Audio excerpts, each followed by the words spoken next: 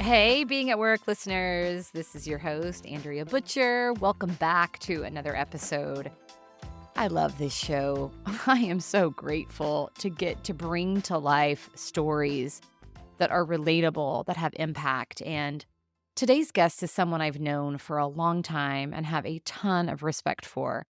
And when she was telling me about a pivotal moment in her career that taught her a lot about herself and her leadership, she said, I wasn't being a good steward of my career, but I was being a good parent. And I knew right then I wanted to highlight this story. Amy Haug is the Chief Human Resources Officer at CarDon. But what you really need to know about Amy is how she's made decisions that are best for the long term, but may feel irresponsible at the time. My biggest takeaway, if you're guided by your priorities, it will always work out. Check it out. I'll start with when I was in school at Purdue, because my plan at the time was to be a pharmacist, and it was going swimmingly until I hit organic chemistry and said, no, I'm not a STEM girl as much as I thought. I'm gonna do something else, and graduated with a degree in communications. Got a job I didn't plan to be in human resources, but one of my roommates had a parent that worked in Crawfordsville at R.R. Donnelly, and they had a need for an HR opening, and I got recommended for that role and went into it and had an absolutely amazing first experience in HR, and then learned very quickly that not having any business courses was a problem. So went back to school and took probably 12 or 15 hours of undergraduate business courses so that I could study at Butler and get my MBA there. So that was kind of my educational journey. It took me through that and did a little bit of work post Purdue, and really just enjoyed learning the different functional areas of HR. I loved working at the printing facility in Crawfordsville, but didn't so much want to be in a rural area at that point in my life. My early 20s, I was like, hey, I want to be in Indianapolis. And so ended up taking a role with Thomson Consumer Electronics. I spoke enough French that with a tutor, I could be the international HR liaison. So I went into that role and got to work in the corporate HR team. So that was fun, going from operations into a more corporate role and dealing with corporate programs, compensation, and expatriate administration. And then transitioned to Roche, where I worked in compensation, from that role into Ernst & Young's international HR. And again, most of these changes came from, I think all of them actually, were from connections that I had. I don't want to give myself enough credit to say, oh, I had a timeline and a plan and here's what I'm going to do. It wasn't really like that. I guess I'm more free flowing than that, and just kind of saying, let's see where the path takes me and where my relationships that I've built along the way will lead me or will open doors that I'm interested in exploring. So I went from Roche to Ernst & Young because a gentleman that I had worked with at Ernst & Young reached out to me and said, hey, I've got an opening. We worked well together in the past. I'd love to have you on the team. So those kind of moments were the impetus for me changing from one company or role to another. If you look at my LinkedIn or my CV, it's like, wow, what the heck? This does not make sense. But when I talk through it, it makes total sense to me. Those people that you meet along the way and the opportunities and the timing, just looking back after 30 plus years, it all fell into place and the right things happened when they needed to. Well, and it's so consistent with who you are because you are such a natural connector and relationship builder. So, of course, your early journey would be as a result of who you are. It's cool to reflect back and see that, isn't it? It must be affirming for you. It is. And to me, it's like, okay, I realize now and along the way, of course, like those are the moves that I made are because of people. And not so much, oh, I want that opportunity, but oh, I want to work with those people, or I like where that person's suggesting for me. It's been natural, but what I value more is doing that for other people now, like being the connector to say, hey, you and I were just talking about that, right? You had referred someone to me for a role on my team, and I'm like, oh my gosh, yes. That it's all about being connected with people that you're aligned with, and being able to help others and give other people opportunities because of your network and your connections to help other people grow. It's a really good reminder to not take for granted the relationships in your life, to nurture them, to pay attention to them, because you never know when they'll come back around. Yeah. I mean, and I think I say to, to my team or to my kids even, it's kind of a cool thing to be able to say the people that I've worked for are the first people I would turn to because I know they would hire me again if they had an opportunity. You don't leave in a way that closes a door, even though the timing's not always the best. There was a role that I was in back in 2012 where I worked in Miami. It was my dream job as the regional HR director. And I loved my boss, probably one of the best leaders I've ever worked for.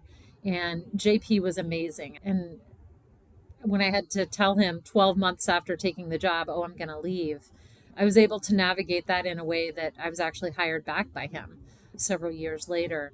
But yeah, it's increasingly the focus of my work is fostering those relationships, maintaining them, even reconnecting with people that maybe I've gotten out of contact with over the years. I so appreciate the intentionality in each of these changes, the intentionality of how you do it.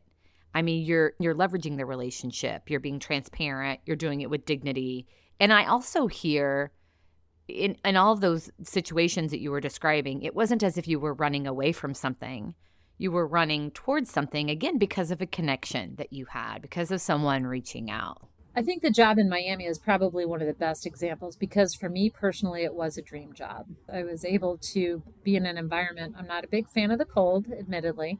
Southern Florida was a nice place to be, and I was kind of figuring out how to make that work when somebody from Indianapolis reached out. A labor attorney reached out and said, "Hey, Amy, there's this HR job at DePauw. And oh, by the way, isn't Owen, your oldest son, isn't he thinking about going to DePauw?" And I'm like, oh my gosh, yes. And so it was just such, gosh, what an opportunity and a blessing and a privilege to have someone connect me. I would have never known about that job. And to have had him think enough of me to reach out, I was just, I'm really grateful that he did that. And that fast forward a couple months, it didn't take me long after talking with the folks at DePauw. I'm packing my bags and I'm on my way. And I got to enjoy an amazing experience of being with my kids on the same college campus as my three boys and getting to see them from afar. I was able to stay connected with them in a unique way, being on the same campus and kind of knowing their environment from a different perspective. Well, and that wasn't the first time in your career that you'd made a change because of life stuff. Go back to Ernst & Young as well. You were loving it, but because of where you were in your stage of life, you made an interesting change. And when I first asked you about a pivotal moment in your career, that's where you started. So tell us that story. That was earlier in life with the younger children or kids when they were a little bit younger, but I was at Ernst & Young doing international HR consulting and again, working for a boss who I was friends with and just had that great opportunity to really get to grow doing the international work for a big firm. But at the same time, when I got the call from the CFO at Park Tudor, Maria Kimsey, an amazing leader herself. She had been at Roche the same time I was there. I didn't really work directly for her, but we knew of one another. And she reached out and said, "Hey, I'm thinking about starting an HR department here." And I knew that it would be a good opportunity. At first I was like, oh, in my mind, I'm thinking, wait a minute, but I'm on the track. I want to be a partner at Ernst & Young. That's what I had thought. But wait a minute, I've got these little kids. I don't really know what I'm going to do with them for schooling yet because of where we were living at the time. That was still up in the air. And this would really solve that whole dilemma of what are we going to do with their schooling in a way I hadn't even thought, oh, we'll go to a private school.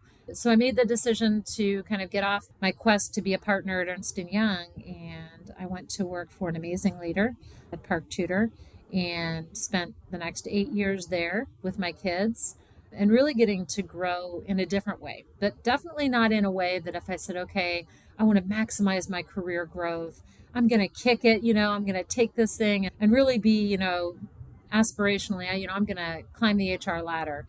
That wasn't exactly the move to make. If you want to be honest, right? Like I'm going to leave to go work at a not-for-profit in kind of a startup position. That was a significant change in many ways in terms of focus. But again, it was rewarding in ways I didn't know. It was kind of the blind faith moment of, I'm sure this is going to be great. And I am just so grateful for those years and those relationships, and think about, I don't know, just the tentacles of where having four kids is a lot.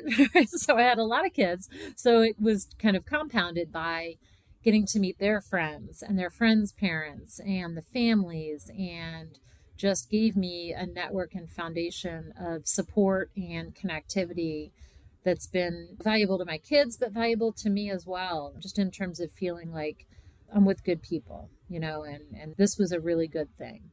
I kind of equate it to like that, I don't know, those moments that we had during COVID, maybe where you're reassessing. I was on, a path at Ernst and Young, but I was working and it was a grind. I worked hard at Park Tutor, but it was different, right? It's different when you're starting a lower school track program, or you're working with kids in an advisory capacity and talking about what they want to do for college and what they aspire to be when they grow up. It was not anything I would have ever charted out as a path that I wanted to take. But going back, there's no way I would have ever changed it either.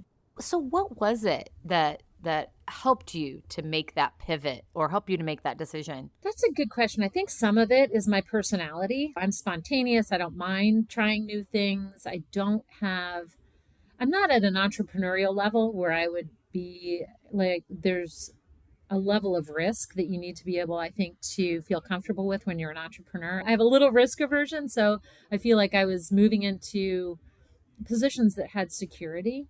But really, to me, my motivator was these kids. I mean, they're my kids. And my career is super important to me, but my kids are everything to me. So if push comes to shove and you're saying, okay, all other things are equal, if it's going to help my kids and their life experience, then that trumps everything to me. That's what will push me. And so in both those cases, it's like the real motivator is what's best for them. And clearly, yes, selfishly, I got to be around them, but it gave them access to an education and an experience that they just wouldn't have had otherwise. And in the situation, did you name that? Like, did you know then my motivator is my kids? Like, that's why I'm making this decision? Yeah, I mean, I think I did. Yeah, it's because it wouldn't have made sense otherwise, right? Like, why are you quitting your job at Ernst and Young, or why are you quitting your job in Southern Florida, where you're finally a regional and you finally have more responsibility at a higher level? But I think I always felt totally comfortable saying, you know what, my kids are the most important aspect of who I am and where I want to spend my time, what I think is important. Priorities to me, it's the kids first. Well, and it's so much easier to say no to something when you have a bigger yes. And so clearly you had that. Yeah, but I think it was interesting. I haven't really thought of it the way you said it, Andrea, when you said you weren't leaving something, you were going to something else. And I think that's been a pretty consistent pattern for me as well. I'm not leaving, I'm going to. And the pull of that, if my kids are involved in a pull situation, I'm going. Like it's not easy. It's not hard to say I'm going when it's a win for everybody involved, or it's the best thing for everyone involved. Yeah. Okay, so then let's go back to Miami because fast forward a few years, and you also then said, like, EY was a great job. This working in Miami in the hotels, you were loving that. You also called that a dream job. But then this DePauw opportunity comes back. And it's interesting, both the Park Tutor and the DePauw, both around education for your kids as well. And that phase of life. There's another aspect of the story that you had shared with me that we haven't yet talked about, but it's the financial impact. I mean, going from these like big corporate roles to education, there's a financial change as well. Like, That's probably, Andrea, where I was the least planful when I should have paid a little more attention. Although at the same time, I guess it wouldn't have mattered because it wouldn't have changed my decision. There is a significant change. Obviously, education is not for profit. So it's not even the same pay scale. And taking significant reductions or enjoying significant increases, I guess I've kind of settled into the mindset of you can make it work, right? If you're guided by your priorities, you just make it work, right? Like, okay, we're going to cut your comp by X percentage, right? It's going to be 30% pay cut. Well, who's going to sign up for that? No one, right? You don't think about it that way. you think about the totality of the situation. Here's what you're going to gain. And to me, the financial piece of it's just something that will take care of itself. It'll fall into place. Probably a risk I wouldn't want to have to take again. But as I progressed through my career, it's amazing to me that it all worked out and I ended up where I aspired to be. If you would have said when I graduated from not when I yeah, when I graduated from college and took the job in HR, what do you want to be? In 20 or 30 years, I want to be a CHRO. But oh my goodness, like I feel like Candyland or Chutes and Ladders because you move along and you're in a place you didn't plan or think you'd be in. But definitely the financial path or my progression was Candyland and Chutes and Ladders. You go where you don't think, and you end up winning the prize. Yeah. And so this is such an important message. Let's just pause on this for a second and dive into it a bit because I know personally, I know a lot of leaders I've worked with and colleagues and friends are making decisions professionally based on finances. Like that's a big driver for people. And my experience has been the same as yours in that if I follow my heart, if I follow the voice inside that is saying like this is important for you to do, it works out. It works out. And there are a lot of people who are making decisions because of the financial aspect, but just aren't happy and aren't enjoying it. And I can't imagine then that transfers over to any goodness in other parts of their life. Yeah. I think it's tough too because I don't know, maybe there are moments where where I clearly acknowledge I have the privilege of having this network. Like you get off to a good start and you can build on that, but maybe others don't have that foundational start that I had. So I'm grateful that I was able to leverage the people I met and that I encountered the right people. I guess I could give myself credit. Maybe I sought out the right people. But some of it too, and maybe not dissimilar to you, is there's an element of faith, right? And that I have faith that if I am guiding my decisions on things that are important to me, it'll work out. The things that look like challenges, the financial, the logistical, those things that maybe you don't have a plan for, as long as you're motivated by the right things. To me, I've been able to take the approach of I'm just going to go down that path because it's going to work out. I have the faith that it'll end up where it should.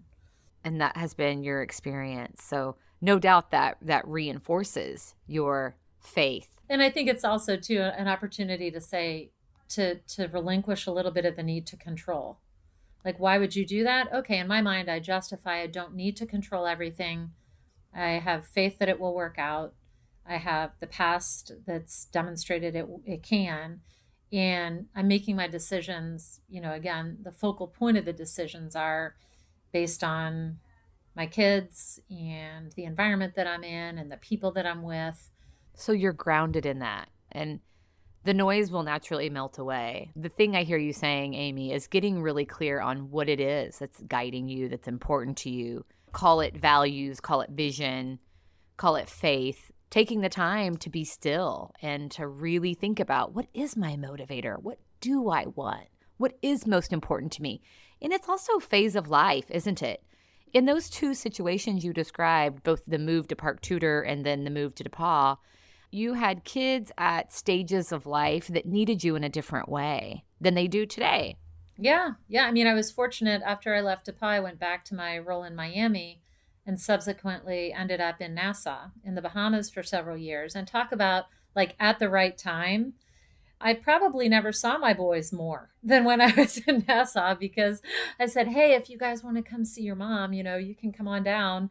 And when they loved to come visit me when I was there. So it all was definitely heavily predicated on the phase of life. They're able to independently travel. It has been a joy to be able to have those opportunities, not only the challenge of the logistics at times, but the benefit of it at others, right? So living offshore and being in a nice, a vacation destination.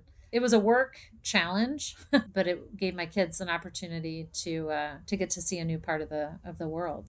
So what about other people? What about people in your life? I mean, so you've talked about you getting really grounded in what's important to you making a decision from that place. What about others? Give advising and guiding and saying, "Are you crazy, Amy? Why would you leave Ernst and Young?" Or "Why would you leave your dream job in Miami?" And how do you navigate others' opinions? That's really interesting. I guess I'm a pretty, at my core, the child of a military officer. And I don't know, my upbringing maybe, and probably partly my upbringing and partly who I am. I don't really listen a whole lot to other people. So that can be good or bad, right? There aren't a whole lot of people that have influenced me that way in saying don't do it or do it. I'm pretty confident in my own But how that. how would you respond in the moment to someone who's really important in your life, even if you're not going to follow their guidance? Because you are such an open and receptive person. So, I mean, I love to hear what people are having to say. The discourse of like, here's why I think this would be a good idea, Amy. You should do this or you shouldn't do that. To me, it's intriguing to hear people that view, okay, if Amy's making a bad decision, I want to hear why they think that's the case.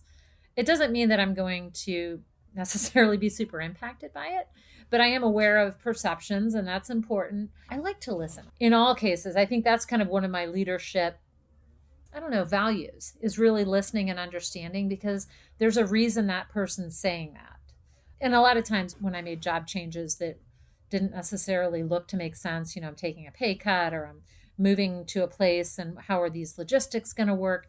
I could understand why people would say, why are you doing that? But it didn't really matter to me a whole lot at the end of the day, right? Like it wouldn't because I valued why I was making that decision. I appreciated hearing other people's input. And it's not like I wouldn't listen. I think it's good to have the opportunity to, especially if you have blind spots, right? To have people help you think through blind spots. Like, what am I missing? To me, that's probably one of the biggest benefits. And also being able to empathize. Like, okay, I mean, my sister's amazing, right? My sister is like, she calls me, "Where's Waldo?" Like, where's she going to go next? And she is just unconditionally supportive of what I do. So I think maybe it's part like the people that are around me understand me and know me enough to say, "Hey, what can I do?" Or, "Hey, did you think of this?" And so maybe giving me access to blind spots, but also being a safety net if I need it. oh, it's so good. This is such an important leadership lesson. And personally, it is a growth point for me. Because I think I have confused like listening and soaking in with needing to do something with that. And what you're reminding me is no, like I can listen and take on feedback and then I can choose what to do with that guidance or advice. I don't have to act on it. I don't have to be so affected by what others say. I can listen and understand different perspectives and then make a choice that's very different based on what I believe because of my values, because of my vision. And that's okay. For me as a parent, that's probably one of the biggest, I don't know, just a really cool thing to see is to see my kids have some of that. I mean, they're all four of them. They're very different. They're all very resilient, but it's really neat to see them kind of process some of that where they're not, I don't think any of them are very influenced by like peer pressure. They listen, they differently, they respond and react differently, but they're all very thoughtful and very much independent thinkers. So to me, I see that in them too. And some of it's, yeah, I want to think, oh, I was a good role model, but they're their own people and they're shaped by their experiences. But it's really rewarding to see that in younger people, right? And young professionals my boys are in the working world, right? They have their own careers and they're each navigating successfully through much of the same, right? I feel like, oh gosh, they're at that point that I had been. My daughter, far more academically successful than I was, right? But she's also, college student and navigating those conversations where you're listening but not necessarily reacting. So that's been super fun. And I think as I talk to people that are either new in the workforce or emerging leaders, it's like that's a real skill to focus in on, I think, is to not react. I guess that crosses into empathy, right? It's like you're able to listen and you're not trying to solve problems, you're trying to help them as a resource. Yeah, just be present. Well, and it goes back to what you started with. It's like knowing what's important to you. Because I think the more you're grounded in that, the more able you are to be open to other perspectives. Yeah, I think it's those things where I'm not sure or I feel insecure. I think that's where I tend to take on others' guidance more so than really listening to myself, because I haven't taken the time myself to really get clear on what I believe. Yeah. And I think too for me I get energy from those around me.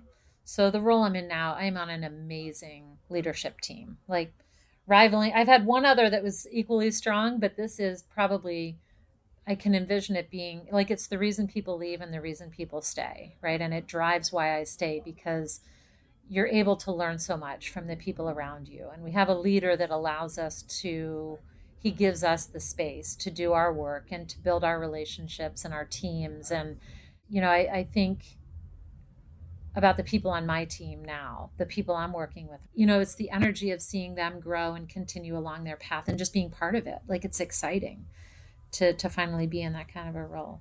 It's so fun to hear you say that. I had an opportunity to connect with one of your team members recently, and he was talking about your incredible leadership and all of the things you just described of your leader. He was saying of you how empowering and encouraging and supportive and connected you are. And I often say about leaders, wherever you go, there you are. And so, you are just bringing the goodness of you into your relationships with your kids, into your relationships with your colleagues, wherever you are. The relationship we've had, I so appreciate your gifts, Amy. You are so good. Oh, likewise, Andrea. I know it's been, like I said, it's been a long time since we met and we were both in very different roles. And I feel like we are both kind of in a groove. We're in places where we totally can thrive and be comfortable and grow and impact others. And I don't think I probably, looking back 20 years ago when we met, would we have thought, oh my gosh, this is where we'll be? I know. It's such a good reminder of the journey because all of the experiences we've had have led us to the roles that we are in today. And I think we're in the flow. We're both in positions that give us an opportunity to do what we love to do every single day and connect with people, lift people up, encourage people's hearts. So it's no surprise that we're both thriving and enjoying it so much. Well, I have loved this. Thank you for reminding us of the power of intentionality, of being still paying attention to what's important, making decisions from that place, having big faith that it works out because in your experiences, it always has. So thank you so much. If our listeners want to connect with you, Amy, what is the best place to find you? Definitely LinkedIn. It's my go-to. I am at my name, Amy, A-M-Y, Haug, H-A-U-G. Super easy to find. Yes. And thank you, Andrea. It's been a pleasure. Thank you for joining us for this episode. Please subscribe wherever you listen to your podcast to never miss a Being at Work story.